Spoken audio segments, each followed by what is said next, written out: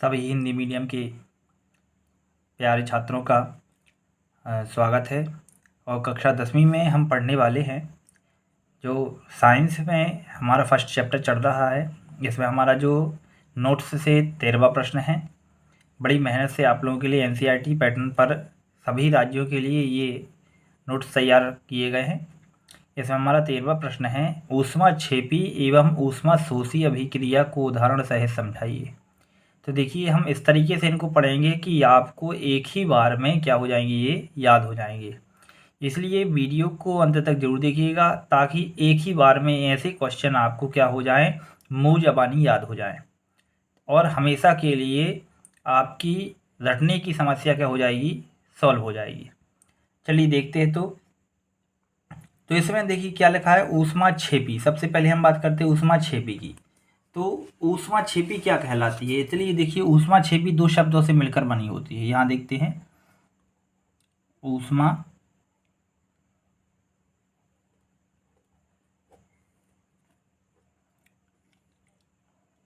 क्षेपी। देखिए, ऊष्माक्षेपी का मतलब क्या होता है, ये बनती है दो से, तो ये कहलाती है ऊष्मा,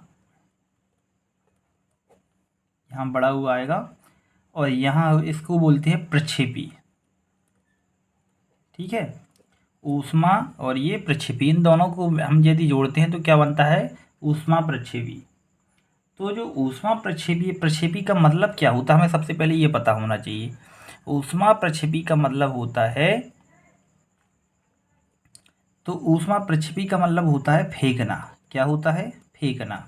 ठीक है, यदि आपको समझ में आता है तो कमेंट बॉक्स में कमेंट जरूर कीजिएगा, ताकि आपको ये, आपके लिए जो ये वीडियो बनाया जा रहा है उससे हमें भी थोड़ा सा एक्साइटमेंट जो रहता है और जो सहयोग रहता है वही प्राप्त होता रहे, और ऐसे ही वीडियो आप लोगों के लिए लेके आते रहें। तो ऊष्मा प्रक्षेपी का मतलब होता है फेंकना। आपने सुना, जैसे हम गेंद को फेंकते हैं मतलब तो फेंकना, तो प्रक्षेपी मतलब फेंकना, या हम कह सकते हैं निकालना, या फिर कहें उत्सर्जित करना। ये सब क्या कहलाती है, प्रक्षेपी कहलाती है। ठीक है, तो जैसे कि बात करते हैं, उदाहरण लेके देते हैं कि जैसे कि यहाँ पर देखिए, यदि कोई, यहाँ पर देखिए कोई क्या है, पी है, पी और क्यू। पी और क्यू को हमने आपस में जोड़ा और इन्होंने क्रिया करके क्या बना दिया, इन्होंने कोई मान लीजिए सी प्रोडक्ट बना दिया।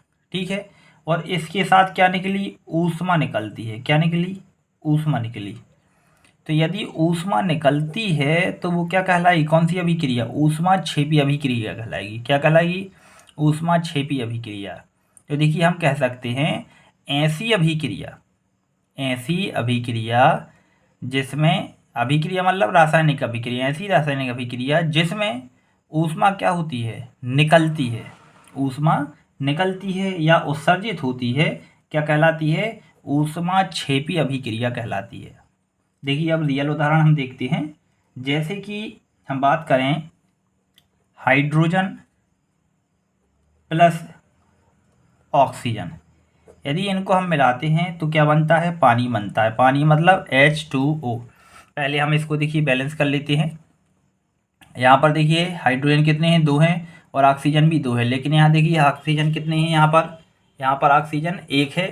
तो हमें क्या करना पड़ेगा, बैलेंस करना पड़ेगा। तो हम क्या करेंगे, यहाँ पर इसमें दो से गुणा कर देंगे तो कितना हो जाएंगे, हाइड्रोजन कितने हो जाएंगे, चार हो जाएंगे। तो यहाँ भी हम दो कर से गुणा कर देंगे तो क्या हो जाएंगे, हाइड्रोजन चार और दो ऑक्सीजन, तो ये दो ऑक्सीजन हो जाएंगे। इस तरीके से हमारा संतुलित हो जाएगा समीकरण।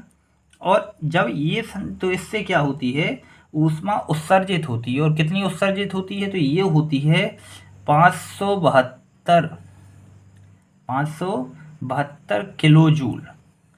इतनी जो ऊष्मा होती है, ऊर्जा होती है, ऊष्मा होती है, वो क्या होती है, प्रक्षेपित होती है, निकलती है, उत्सर्जित होती है। तो ध्यान दीजिएगा, देखिए, तो ये क्या है, इसमें ऊर्जा निकल रही है, तो ये ऊष्माक्षेपी अभिक्रिया है। ठीक है, एक और हम उदाहरण लेके चलते हैं इसी में। तो जैसे कि ये है C+O2 इज इक्वल टू कितना हो जाएगा, CO2। तो इसके साथ 393 किलो जूल, 393 किलो जूल ये जो ऊर्जा है, ऊष्मा है, ये क्या होती है, प्रक्षेपित होती है, मतलब निकलती है। तो ऐसी अभिक्रियाएं, ऐसी रासायनिक अभिक्रिया जिनमें ऊष्मा क्या होती है, उत्सर्जित होती है, उत्पन्न होती है या निकलती है, क्या कहलाती हैं, ये ऊष्मा क्षेपी अभिक्रिया कहलाती है। उम्मीद है आपको ये समझ में आया होगा। अब हम देखेंगे ऊष्मा शोषी अभिक्रिया। देखिए अब हम देखेंगे ऊष्मा शोषी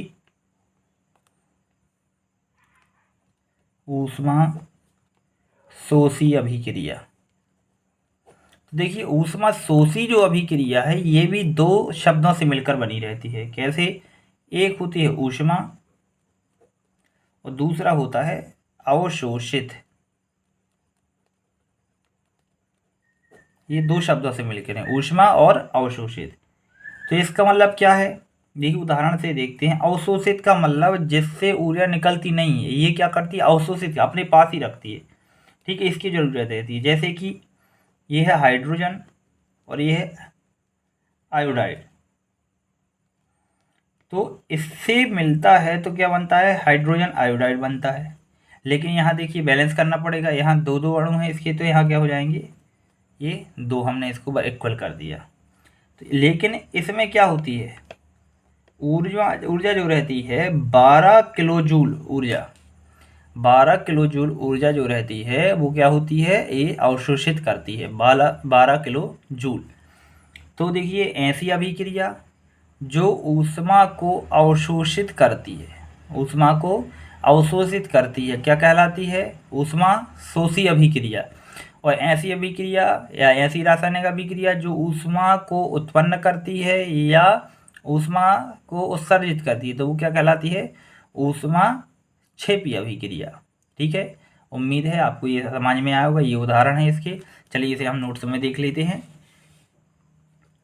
ऊष्मा क्षेपी अभिक्रिया, ऐसी रासायनिक अभिक्रिया जिसमें या जिनमें ऊष्मा उत्पन्न होती है। तो ये देखिए उदाहरण है जो मैंने आपको बताए हुए हैं। और यदि हम बात करते हैं ऊष्मा शोषी अभिक्रिया के लिए, तो देखिए ऊष्मा शोषी अभिक्रिया क्या है, ऐसी रासायनिक अभिक्रिया जिसमें ऊष्मा अवशोषित होती है, क्या कहलाती है, ऊष्मा शोषी अभिक्रिया कहलाती है। ये इसका उदाहरण है। उम्मीद है आपको समझ में आया होगा।